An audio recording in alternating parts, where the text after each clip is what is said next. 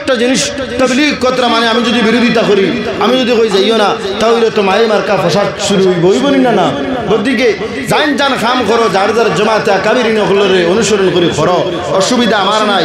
কিন্তু যদি আমরা আমলের মধ্যে কেউ বিরোধিতা করেন, এটাত মাথারও আমার দরকার আছে না।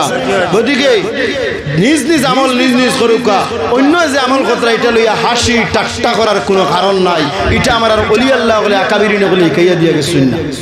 হ্যাঁ, আমরা কারোর সঙ্গে বাদ ব্যবহার করতাম পারতাম না, কারণ আমরা জিসমের মধ্যে আল্লাহর অলি হলের রক্ত, আল্লাহর অলি হলে মহব্বত দিয়ে ওই জমিনের মধ্যে মানুষের মনরে জয় করছেন, হিংসা দিয়া নাই। ওইদিকে আমরা অন্তর মহব্বত যদি যত গেল আমরা গালির পরোয়া করি না, আমরা বুকুর মধ্যে জড়িয়া ধরার লাগি আমরা প্রস্তুত আছি।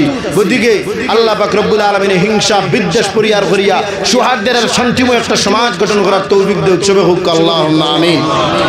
সমাজের মধ্যে মা বাপর নাফরমানি বাড়ি গেছে, এটারে আপনার ক্ষমানি লাগবো।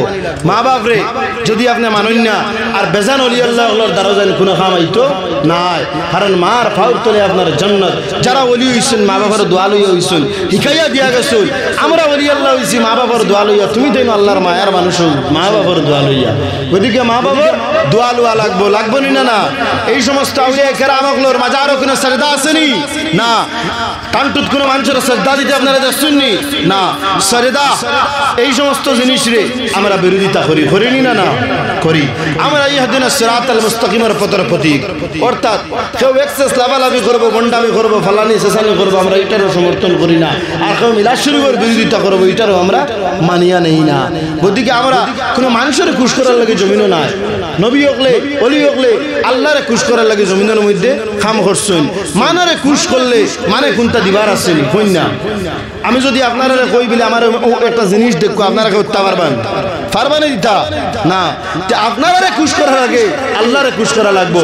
আপনার প্রতি মহব্বত আছে, আল হুব্বু ফিল্লাহ ওয়াল বুগদু ফিল্লাহ লিল ঈমান। এই মহব্বতটা শুধু আল্লাহর লাগিয়া, জমিনের কোনো মানুষের লাগি না।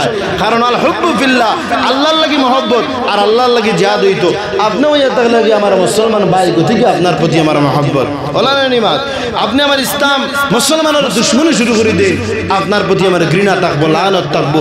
যদিও গণতান্ত্রিক দেশ, আমি কোনো কিছু করা সম্ভব নয়, আমার মন থেকে আপনার প্রতি ঘৃণা থাকবো না। ওদিকে আল্লাহ সমাজের মধ্যে আইল টেলাটেলি আছে। জমিন কেউ জমিন লইয়া খবর শুনি না, কেউ আসুননি না। আইজ আমার বাবার আপন চাচাতো ভাই, আমার চাচা, আজকে আমরা দাফন করছি, সমস্ত কিছু জমিনও টান তাকিয়েছে, কবরের মধ্যে টান চলিয়ে গেছে। হ্যাঁ, কোনো কিছু আছে নাই। ওদিকে কবরের চিন্তা করুকা, জমিন তার জমিনের হালতে থাকবো।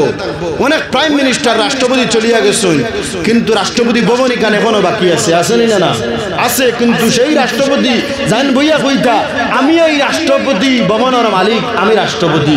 এই রাষ্ট্রপতির এখন আর বুঝাইয়া ভাবা যায় না, যায়নি না। ওদিকে ক্ষমতা চিরস্থায়ী নাই, ক্ষমতার বাহাদুরি দেখাইবে না, জমিনের বাহাদুরি দেখাইবে না, জমিদারি এই সমস্ত জিনিস বেশি দিন টিকে না। ওদিকে অন্যর হক মারিয়াম যাইবা কবরও যাওয়ার বাদে 1 মাস বাদে 2 মাস বাদে আপনার বছর পরে এই কবরের মধ্যে আপনার দাফন করে হইব।